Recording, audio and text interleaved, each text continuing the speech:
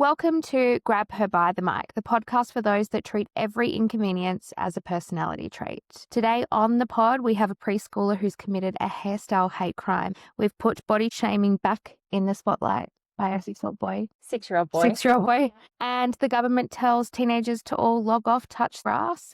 Shall we get into it? Sure.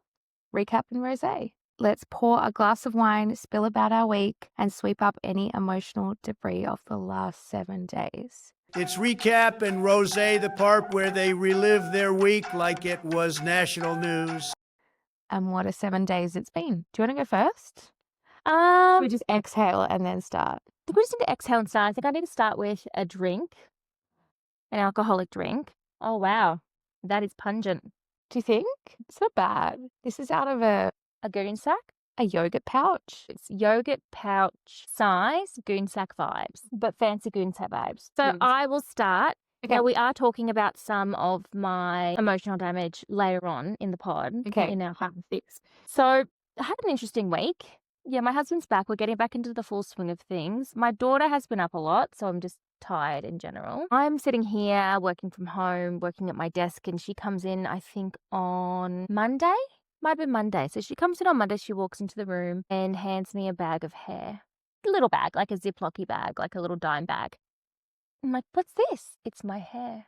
Did her father send her downstairs? I don't know how she got downstairs. Her father probably doesn't even, I don't know. But I said, oh no, did you cut your hair? She goes, no, a boy cut my hair. And I went, oh, that's your first haircut. Are you okay? And she went, it really hurt. So yeah, that was a great rage way to start my week. And we'll get into that a little bit later on the hyperfixation. Yeah. A few other things. Noah's best friend fat shamed me. We're also going to talk about that a little bit later. We have massive winds here where we are. Yeah. We're sort of little bit in the country. I say that I call it the Connecticut of Australia because people call it the country, but really it's just a lot of rich people in riding boots and puffer jackets. Yeah. Who love that brand? What's that brand?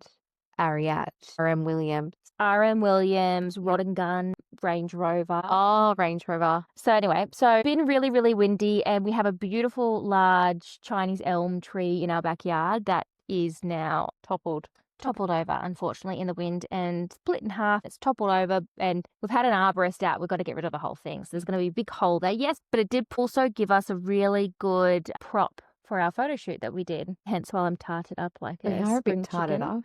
Signs come. Give us a little ambiance. Told you, this studio, it's feeling like it's us now. Yeah, so the neon signs come. We've done a photo shoot, which we got a little creative, so that's interesting. Another thing I really liked is, and my husband's going to kill me for talking about this. Oh, no. Is he said, have you got the kids any advent calendars? And well, no, but I will. Is he not a big fan of just like buying stuff and getting into any sort of Valentine's Day, Christmas, Easter, any sort of hype of anything? Yeah.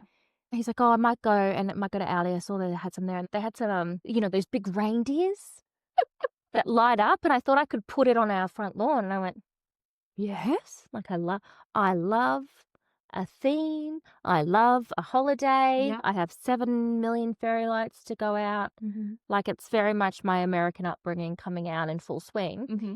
He goes, I know. He goes, I'm trying.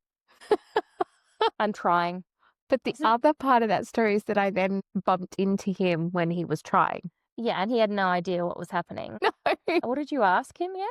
I think I said, oh, what are you doing? And he's like, Well, he took Noah to get the large lawn decorations. well, yeah. And then he came back and met me back in the aisle, almost like he needed approval of validation of what he purchased. And I was expecting him to come with like an inflatable reindeer, and he came with like 2 boxes, kind of like this size.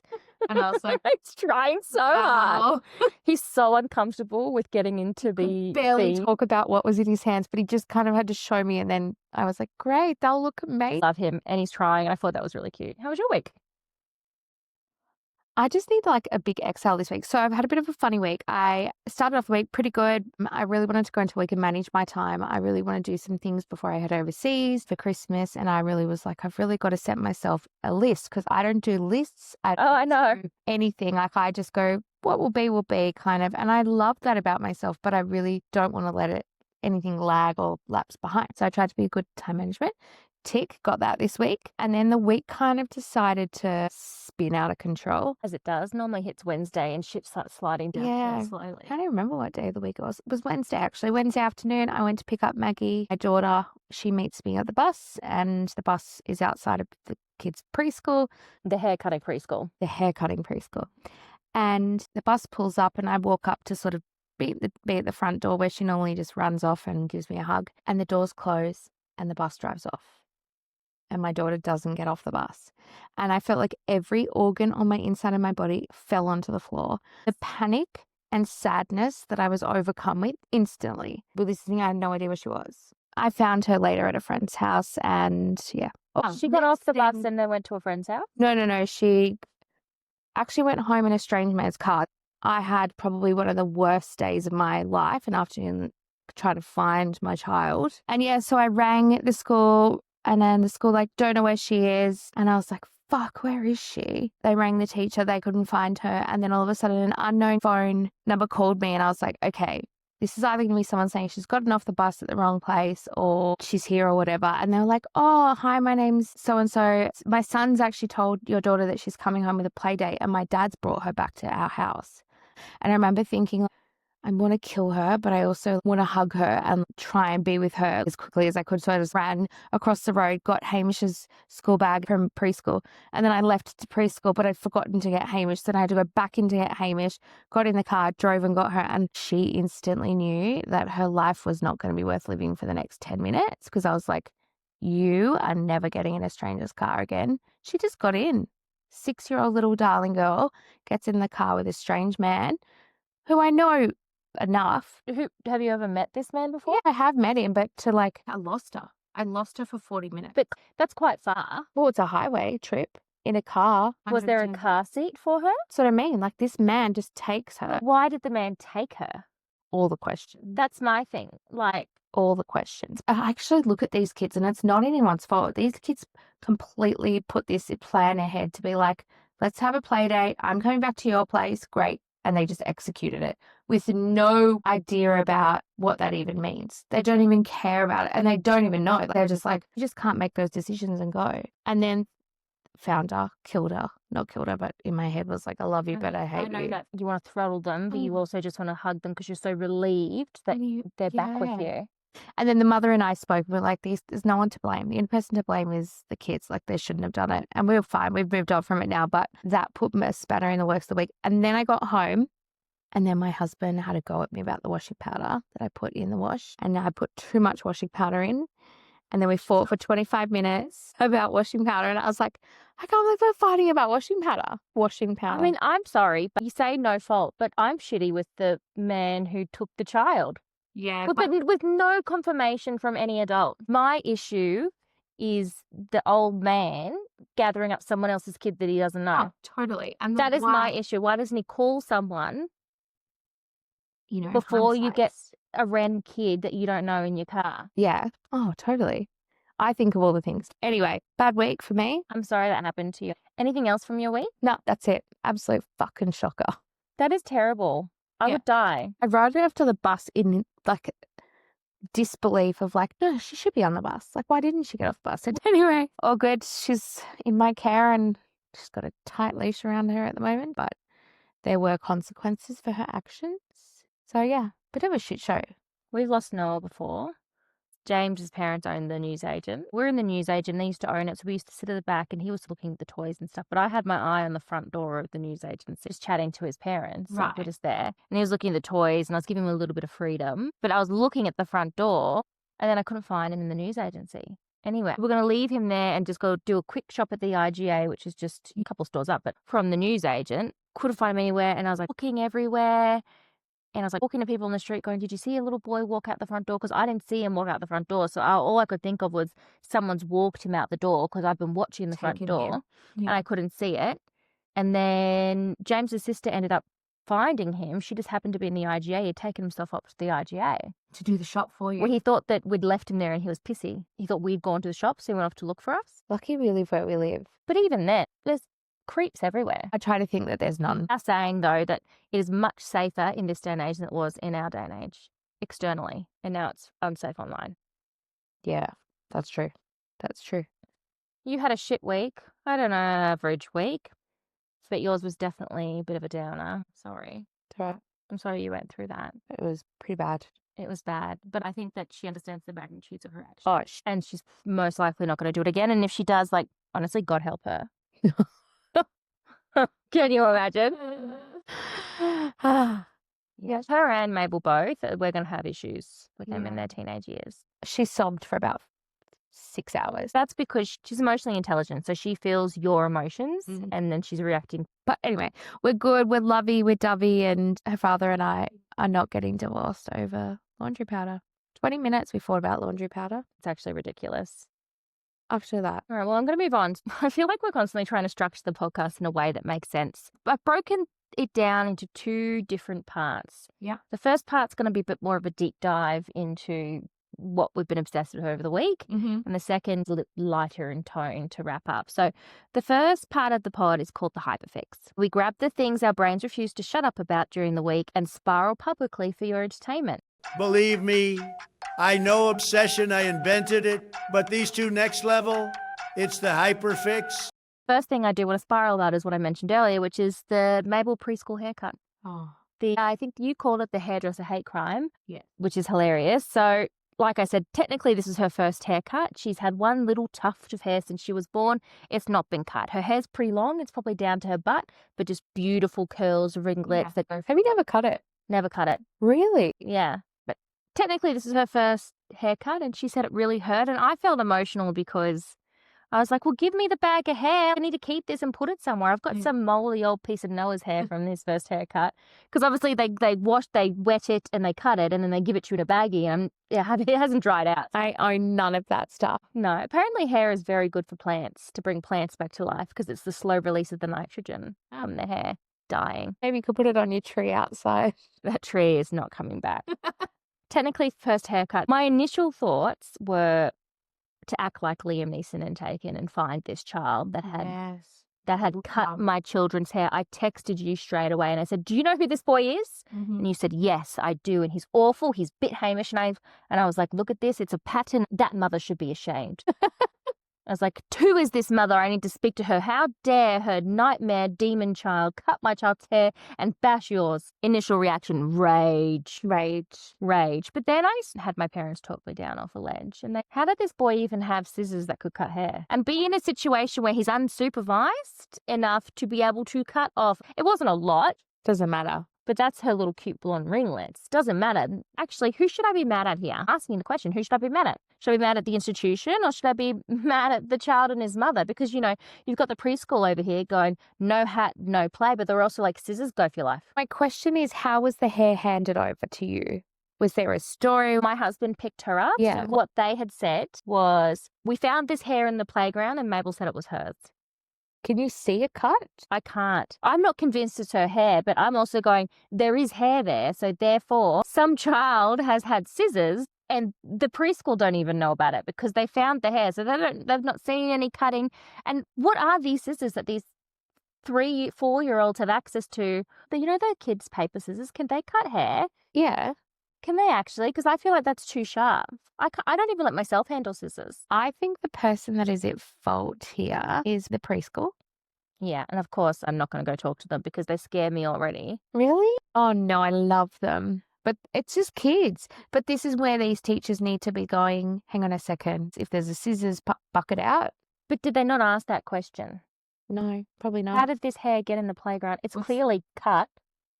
Did you get an incident report for it? No. You should ask for one. Because the incident report puts onus back on them. Well, I have not even mentioned it to them, and I should have. Because James is just like, oh yeah, cool, thanks for the bag of hair.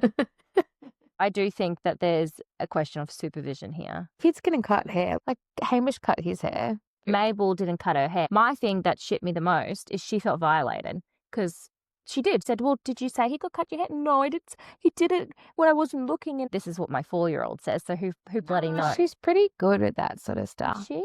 Yeah. Up a lot of tall tales. Does she? She's got a very good imagination like that. So does Noah. The neurospiciness that's fled through my body and into theirs. Yeah. Poor thing. Yeah, I think I need to talk to the school. What about you? What else have you focused on this week?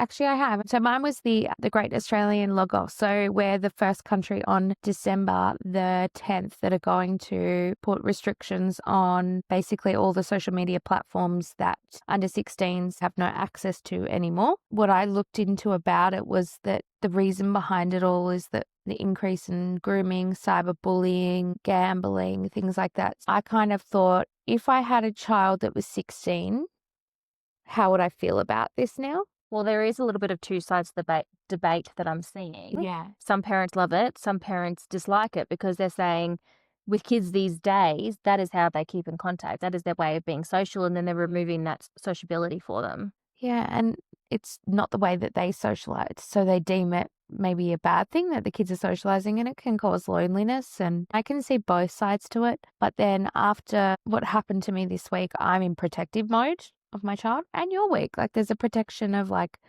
I want to protect them against the grooming and all of that sort of stuff. So I'm kind of with it. My question for you is, before you had the issue with Maggie this week and you heard about it, what was your initial reaction? I still was with it. I still thought it was a great idea because I think it would do more good than harm.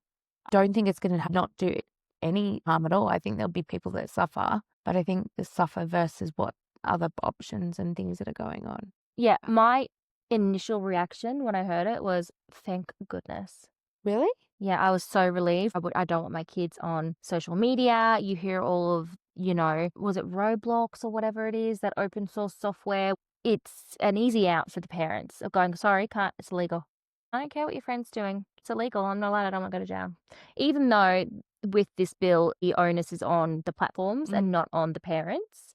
Because they've got to put the measures in. The platforms are the ones that are responsible for it. It's just that having that rule in place, that is a rule that's not my own, just makes it easier to enforce. Yeah, and maybe that's why they've done it, is to take the onus off the parents. Because they're seeing how detrimental the online bullying, there's a lot of stats about it. And do you think other people are going to follow suit?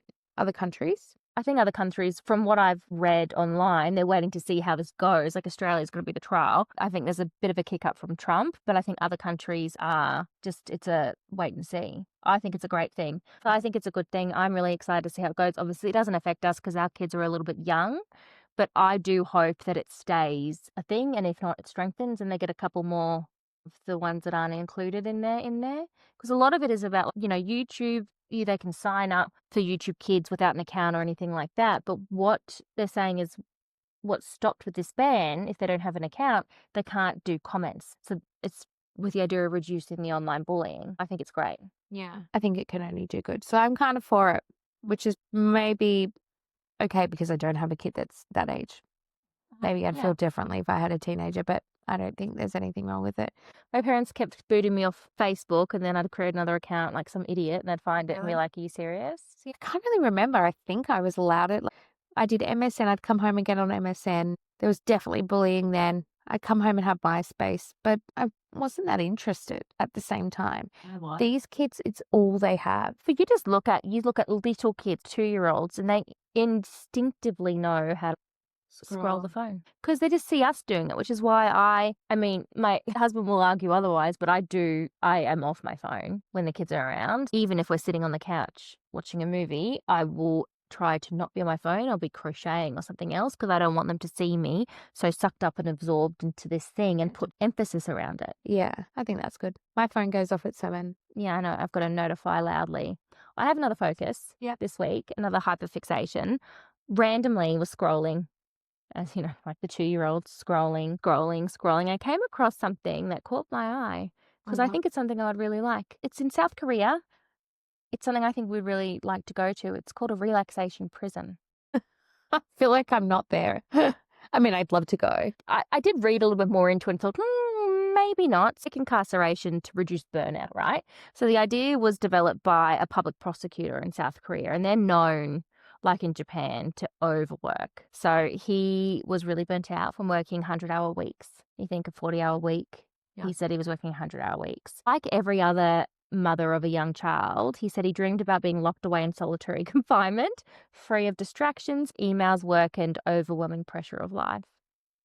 Oh, sign me up. Hard relate, my friend. So this was, I think, maybe 10 or 15 years ago, but I just saw this cycle up recently. He called his retreat Prison of the Mind, a place where people can remain locked up in one of 28 identical cells for 20 hours a day. So you're in the cell. And this is where I started going, maybe this isn't for me. Nah, it's not for me. So you're in the cell for 20 hours a day. So what, your 4 hours of social time? Like, that's barely enough time in my Is it mind. social time? Or is Well, it your just 4 hours outside? of outside time, but that's not enough time to eat and poop. 4 hours in my day? I need more time than that. Can't you poop in your cell? Well, I don't think the cells have toilets. They'd have toilet. Okay, but they have no phones, no TVs, and no books. So, like, what are you doing in there? Other than just, like, probably just masturbating the whole time, thinking of Robert Irwin, who won Dancing by the Stars, by the way, and I said he wouldn't. No, I'd just be lying there being like, yeah, no. What would you do? Hey, get this, ready? The doors are locked. The doors are locked from the outside. No.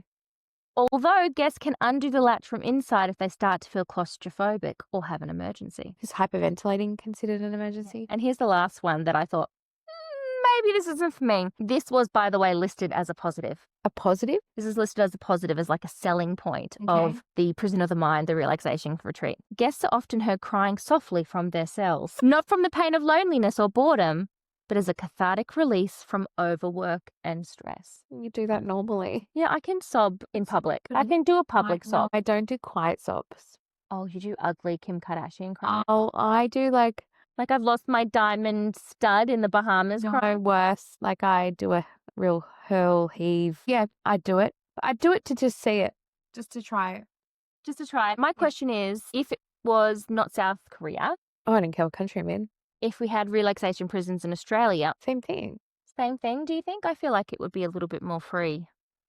Don't think it'd be like overlooking the Three Sisters in the Blue Mountains and pictures. I mean, I'm sure there's. No, but this isn't even. This is a prison. He turned into a relaxation prison. I don't know, something about it I feel drawn to, but Lock me up, feed me, I'm good. yeah, like, but then I also think there's panic. Like I'm really conflicted at whether I'd go. I'd go, don't know how long I'd stay, but I'd give it a go. I mean, the pricing of it seemed pretty good. I think for around 7-day stay, equivalent in Australian dollars was around under $600. Cheap. I was like, yep, okay. I mean, to be And what honest, do you get there? So you get fed. yeah, you get a cell Yeah. and you get fed. I think they wake up. I also read, Have windows. yeah, it's got one window. I don't know. One window, but they wake up every morning to the sound that they play in real prison. Some sort of South Korean song. Oh yeah. Where's Kim Jong Un? That's North Korea. Okay. South Korea is the fun version. Okay. The paying to be fake incarcerated is probably Paying me fuck. paying to be fucked. Yeah, Oh, you yeah. know, whoever wants it. But I was just saying, like, paying to be fake incarcerated is probably a lot more relaxing than a Saturday movie with my family, which is normally I've got a foot in a rib and, you know, someone climbing on me. Something about that being on my own is something I absolutely adore. I'm on my own a little bit and I really thrive. No bathtubs. Yeah, no, I wouldn't survive. I'm out. No, do not sign me up. If I had a bath, I'd just sit in the bath all day while you were next door with your vibrator. Anyway, one more hyperfixation for the week. So I'm getting my son ready. I'm brushing the teeth before we go to bed. And he goes, Mum, my friend said something about you. But I'm not going to tell you. I'm not going to tell you. I'm like, oh, no, Bob, like, come on, tell me. I'm thinking, oh, he thinks I'm pretty or something Yeah. like that. And I said, but we don't keep any secrets. Tell me, it'll be okay. And he said, you're really fat. I said, well, he's not, like, I wasn't quite sure what to say. Flawed?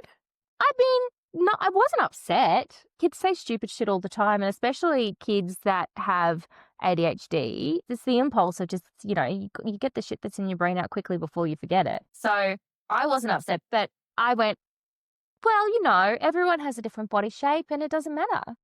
I tell Maggie that all the time. Yeah, I try really hard. So I'm really worried about putting any sort of weight focus or them seeing any sort of weight obsession. I'll weigh myself in private. I'm like, and they'll go to like open the door when I'm standing there weighing myself naked. And I'm like, get out! Don't look at me. Yeah. And not because I don't want them to look at my naked, flabby body, but because I don't want them to see me weighing I myself. don't weigh myself. Of ever. course you don't, but you're also like 4 feet tall. Didn't grow up with scales. It was just never a thing. I just don't ever weigh myself. And I try not to say fat and thin and tall and short. Well, not tall. The and kids pick it short. up though. Yeah, because I've got a family friend who we call Fat Daniel. Like Fat Tony, you know, like he's Fat Daniel. Yeah. That's what we say. We say Fat Tony, Fat Daniel. And Fat Daniel, she's like, Mum, you can't say that about Daniel because Does that not make you feel warm and fuzzy inside that your daughter's calling you out on it? Because this is my thing, right? totally. I thought, yeah, that was the first reaction. I don't want the kids to be talking this way and seeing fat or any body shape as a negative thing. But then I look at the public commentary I'm seeing right now on the Wicked Press tour. Oh, And Ariana and Cynthia, Michelle Yeoh as well has been Yes. roped into it about saying there's that sort of that mean girl energy about it that you get in high school, like that fake concern, like, oh, look at them before and after. They're so thin. They're trauma bonded. It must be the high work demand. It's that, the Wizard of Oz curse, they're saying. no, I think they're very comfortable with who they are and they're almost codependent. So they just keep going at being that skinny. So you're feeding into the commentary then. But how can you not? How can we look at it and we can fat shame people and we can call people out, but we're also we have to call out people that are now projecting an unhealthy body image. But I think it's more unhealthy to allow the commentary on it and to show kids these days that it's okay to publicly just talk about other people's body sizes. That's right. my thing about it. You're right. No wonder Noah's friend said I'm fat because, He's hearing it everywhere. he's hearing it. The cartoons are saying it. The kids are saying it with the older siblings. And then that's when I look at the Wicked Press tour and I go, yeah, it's fake concern wrapped up. It's body shaming, whether it's fat or thin. It's wrapped up, 'cause commentary. You don't know anyone's personal circumstance around their body. Yeah. Like, and I fall into it too. You've never been in their shoes or in their situation. The public commentary annoys me because, what are we teaching our kids? That it's okay to talk about people in this way and to judge the value of a person on how they look. True. But I also think it's good to talk about it because it depends on how you're talking about it. When you're talking about it and adding to the scurrilous gossip, it's a bit different. But if I'm having a conversation with my daughter about healthy and unhealthy, doesn't mean unhealthy is fat and healthy is skinny. It's about saying to her, some people have unhealthy habits. You're talking about it, having that language, having that dialogue of saying to her, hey, you'll hear these things. This is what this means. Where if you just hear it and you just don't give her any background, like she calls her brother a chubby bobby sometimes. If you don't know the dialogue, you don't know the meaning, then I say to her, don't say it. If you don't know the meaning of a word, you can't say it. But also the thing is, and I am going to do a little bit of a whiplash here. When you say to the kid, don't say that, then it makes it taboo as well. Where I just don't want any negative connotation around any of it. And that's the same thing when I went through the issue of family being really worried about Noah's ADHD diagnosis and, no, you shouldn't talk to him about being different. But why is there this negative connotation around his brain being different? It's the same thing. Why is there a negative connotation around fat or thin? Yes, there's an unhealthy thinness, but everyone's body is different. And also a picture is going to be different to real life. But I think the problem with that is that we don't talk about neurodiversity enough. And I think same thing. That was an example. But I think that's the same with the body shaming. I think we don't talk about what we're actually trying to say when we're body shaming. I think we don't talk about what appears to be healthy and unhealthy. I think it's the same thing. It's a different day and age. I think 5 years ago, even 2 years ago, there was a big push for body size diversity in the fashion world. Yeah. But it's gone now. Where's it gone? Skinny is the new thing at the moment. But it always has been. It's never kind of gone out, has it? It's never gone out. But the definition of skinny has changed over the years. It has. What would you say skinny is now? Give me a I mean, anyone smaller than me, actually, to be honest. See, that's got a lot of weight to it. But there is a lot of weight to it because I've got big hang-ups on my body image. And I would say, guess what I would say? Anyone smaller than me. Exactly. But this is our generation. And how do we break the cycle for our kids? By talking about it. But I think, and I'm not. So it doesn't become. But I'm not calling you out here on this. But I think you talking to Maggie about them having an unhealthy body shape or whatever, say if that was a hypothetical that we just spoke about, I think that in itself is problematic because you're saying that you don't know what that person's going through, but you're saying that's unhealthy. What I'm saying, what I was to talk to her about is that talking about body shapes is unhealthy. Yeah, 100%. I misunderstood. So what's unhealthy is saying, because you look at someone and saying that person is fat, that's an unhealthy thing to say. It's an unhealthy view. Yeah. But I said, if you don't understand that person, and I said, because we're all born differently, we all have different bodies, because if we all looked the same, it'd be a very boring world. I try and instill it, it doesn't actually matter what they look like. But because yeah, it doesn't mean they're healthy or unhealthy. exactly. Yeah, that person is fat. Yeah, so talk about their body. Say they've got a beautiful body. That's why I went, yeah, like I am heavier than I was. Yeah. And I am heavier than I was because You had two. I had 2 children, and that's fine. I give a shit less and less the way I look as long as my blood work is clean and my body is healthy, because I can Photoshop anything else out. Let's move on to lighter topics. Yeah. Let's move on to the next stage of the podcast. So we've gone through the bulk of it, of what we were hyperfixated on.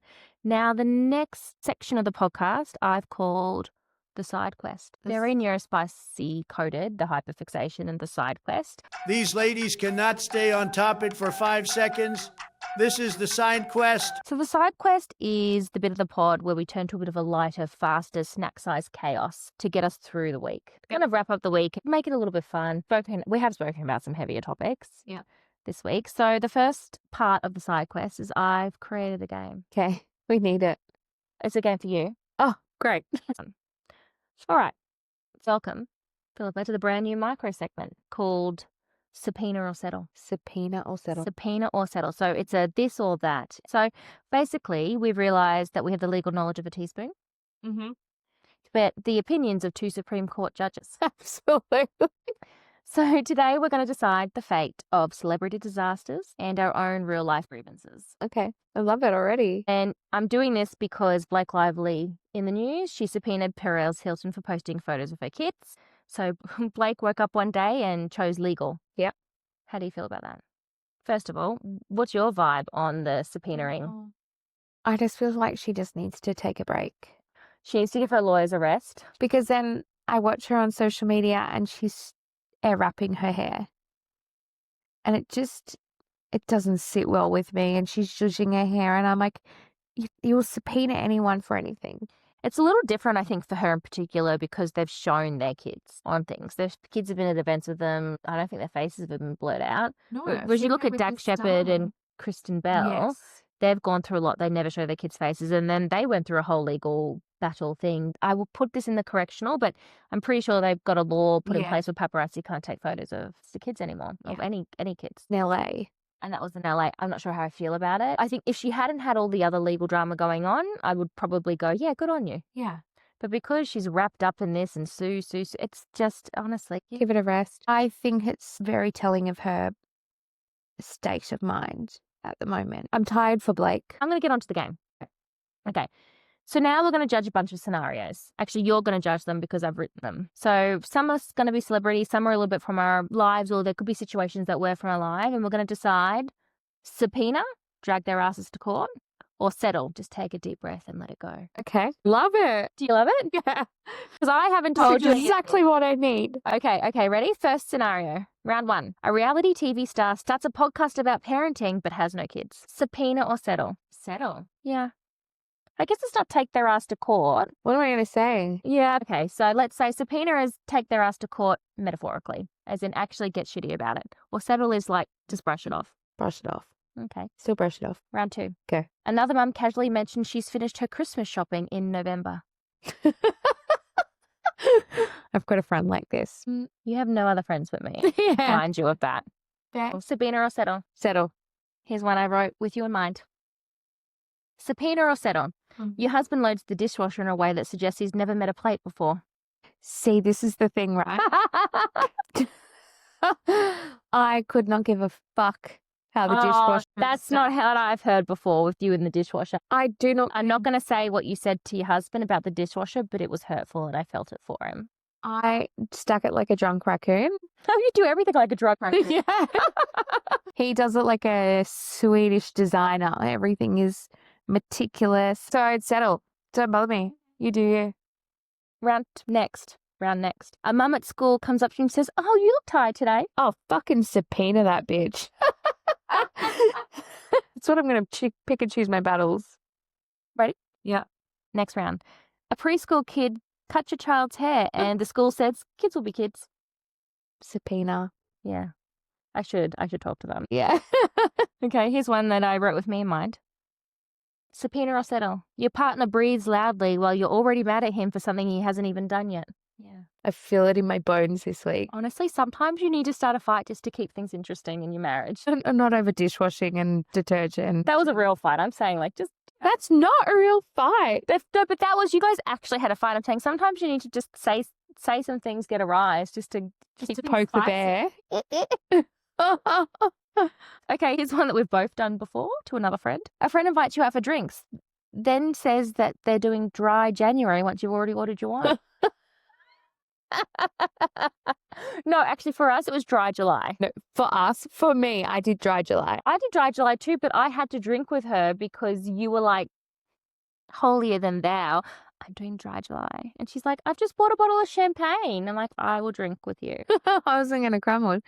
Settle. Subpoena, Settle. you are incorrigible. The problem is that champagne sat there the whole time and I was like, Your mouth was so dry. I just wanted it. I was like, I'll just drink a no beer. Oh, yeah. Oh, yeah, that was depressing. And then no one has see. been more thrilled to hear from me when I said I was drinking again. Me? Both of you. Oh my God, that was such a boring period of my life. So boring. It's when we went out to that property and then I got really wasted and passed out in the car. No, your husband had to pull over multiple times so you could vomit. That's what he told my husband. That's multiple. Twice as multiple, I just want to let you know. Just twice. In case you don't know maths. You'd pulled my tit out to... You guys all pulled tits out. You wanted to see who had the best boobs and you pulled mine out of my bra and I won. Did you? Yeah. That's all I want to say on the pod. Next one. A child, not yours, points at your stomach and asks if there's a baby in there. My kids do this all the time. I remember doing it at Noah's age. I'm still mortified. That you did it to who? To a friend of my mum's. Oh, okay. Still mortified because I knew there was no baby in there. Don't body shame. But I did. And still to this day, I think about it. I have very little long-term memories, and that is one of them. Yeah, no. That's a very funny one to have. Yeah. Subpoena. A Gen Z on TikTok says 30 is basically elderly. Oh, subpoena. Someone texts back K. Not okay, not okay, just K. Settle. Can't be bothered. I will spiral and figuring out what I did to offend them. But no one really does K anymore. I do, but I only do it when I'm shitty and I do it for effect. Do you? Yeah. K.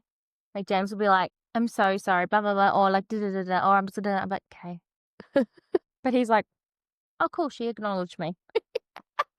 I got a response. I'm like, can you not tell I'm wildly angry at you? No. That was it for Subpoena and Settle. What did you think? Good. Love it. Moving on. Ask the unqualified. Obviously, I made this question up because we have no listeners. We're still talking into a deep, dark void that is my soul. Ask the unqualified. They're advising people now. God help us all. Yes. So the question from a fake person is, Dear unqualified, my husband insists he's helping me by packing the dishwasher, but every time he does this, do we have a theme? Yeah, I don't know. I just thought Every about time he does it, the plates are facing the wrong way, the cups are still half full with water, and somehow the chopping board ends up blocking the entire spray arm. I don't want to be ungrateful, but should I just take over completely, or is this grounds for a divorce? Sincerely, slowly losing it over a crockery. What I would do if I was in the situation is I would passively aggressively pack it correctly, like in a rage way. So I'd do it while looking him deep in the eye. James does all the dishwasher things, packs and unpacks, so I won't have this. But if it was me, I would definitely passively aggressively do something and not say anything, would just get continuously more angry versus being an adult and just going, hey, I've got to run it through again when there's dirty dishwater in the cups. Do you reckon that you could just make sure that they're turned up this way? So what if you've got to run it through again? So you're saying avoid No, I just confrontation? That sort of stuff is just like not on my radar as big ticket items. So it's not worth my energy. But if it's constantly happening day after day and it's clearly annoying her, say something. Yeah, totally. I wouldn't because I'm petty. You wouldn't because you give zero fucks. But if it's bothering her, to You that need to degree, say, yeah. you just need to show him how you want it done. Because I find that I load myself up on so many tasks because I want them done in a particular way versus just teaching my husband how I want them to be done and moving on with my life. Yeah. Or just letting him do it his way. No, that's not good enough. Patty and I struggle with that too. Yeah, but it's mostly from the being very similar types of men, just very easygoing. Really. This is why I start fights to get a little bit of spiciness in marriage. Yeah. So moving on, we want to wrap up the show before we log off and give everyone something to manifest into their week. Weekly manifest. Great. They're doing motivational speeches yet again. And given the Blake Lively of it all, this week we are going to manifest the courage to serve subpoenas metaphorically to anyone blocking our peace this week. Speaking up and telling them to fuck off, really. Whether that be pets, partners, or preschoolers with scissors. Yeah. That's everything for episode 4. Go forth, be unhinged, and may your emotional debris this week be minimal. See you guys. And thanks for listening. This is Grab Her by the Mic, and we'll see you next Tuesday.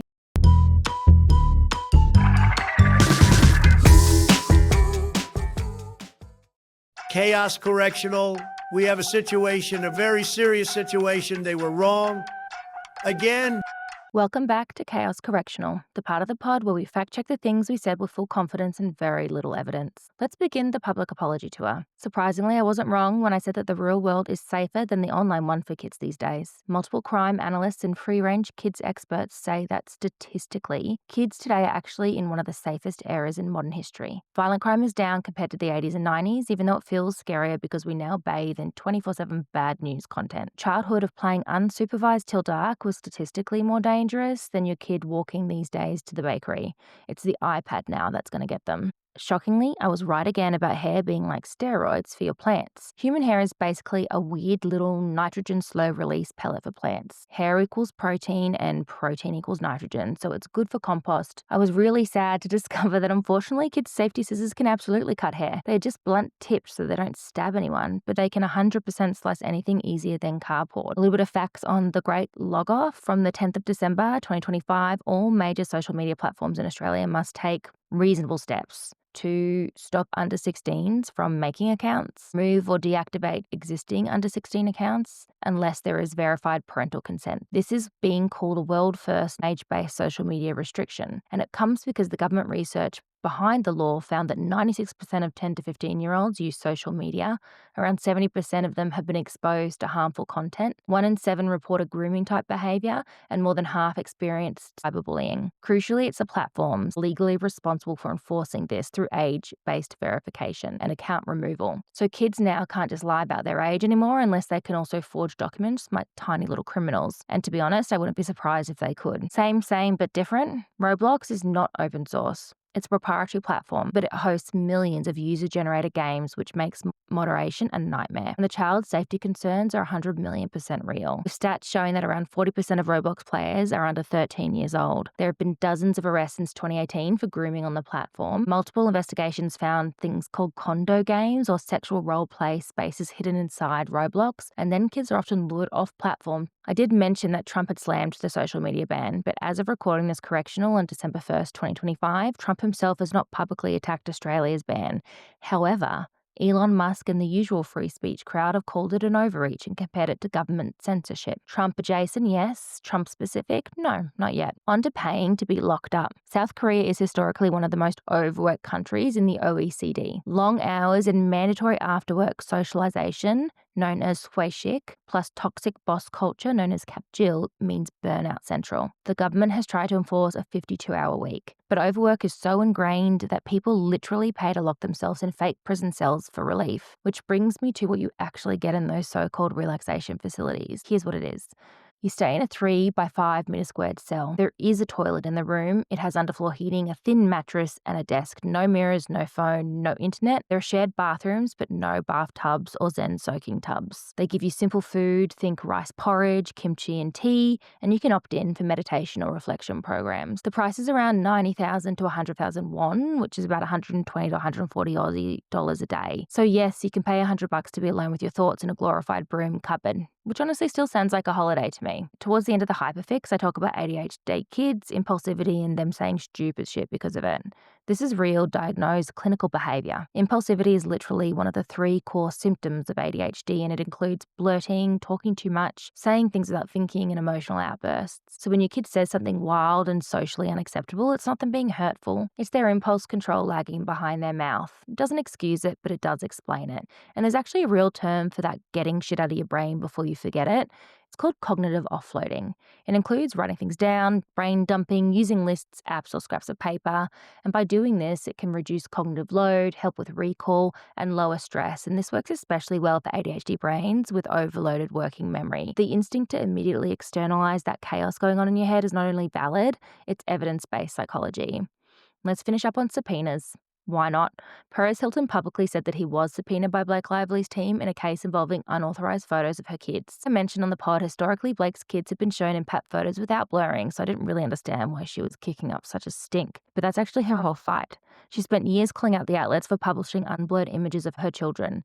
And she's not the only one. Halle Berry and Jennifer Garner pushed for California's SB 606 law to increase penalties for harassing celeb kids. And then Kristen Bell and Dax Shepard led the No Kids policy in 2014. As a result of both, several outlets agreed to stop publishing PAP shots of celebrity children altogether. All right, that concludes the Chaos Correctional for episode 4. Here's what we learnt. The internet is a hellscape. Preschool scissors are just little weapons. Hair is plant food, and South Korean relaxation jail is somehow cheaper than a Sydney Uber. Thank you for attending our weekly academic regret session. We promise to try harder next week, but most likely won't. See you next Tuesday.